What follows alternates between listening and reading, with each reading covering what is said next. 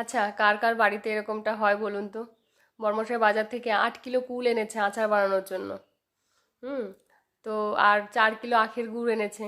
এটা নাকি সারা বছরের জন্য আমাকে বানিয়ে ঘরে রেখে দিতে হবে। মেয়েটাও বেশ ভালোই খায় এটা।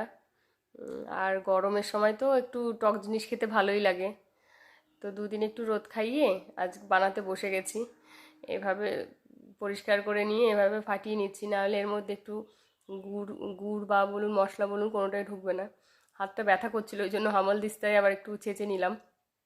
এদিকে মশলাটাকে একটু গুঁড়ো করে নিই কাঠখোলায় ভেজে। তারপরে দুটো কড়াইতে বসিয়েছি জানেন, না পেরে মানে একটা কড়াইতে তো ধরবে না অতটা কুল। দুদিকে দু কড়াইতে বসিয়ে প্রায় 2 ঘন্টা লেগেছে আমার এটা বানাতে। শেষে আমার কোনো রকম ধৈর্য ছিল না। একটুখানি অর্ধেকটা মতো আমি এটাকে ভিডিও করতে পেরেছি, আর মানে কড়াই দুটো নাড়তে নাড়তে আমার হাত ব্যথা হয়ে গেছিলো। ওই জন্য আমি আর ভিডিও করতে পারিনি। লাস্টে ফাইনাল আমি পুরো রেডি করে এই যে 3টে বয়াম, মানে এটা 2 কিলোর একটা জার আর 1 কিলো 1 কিলো করে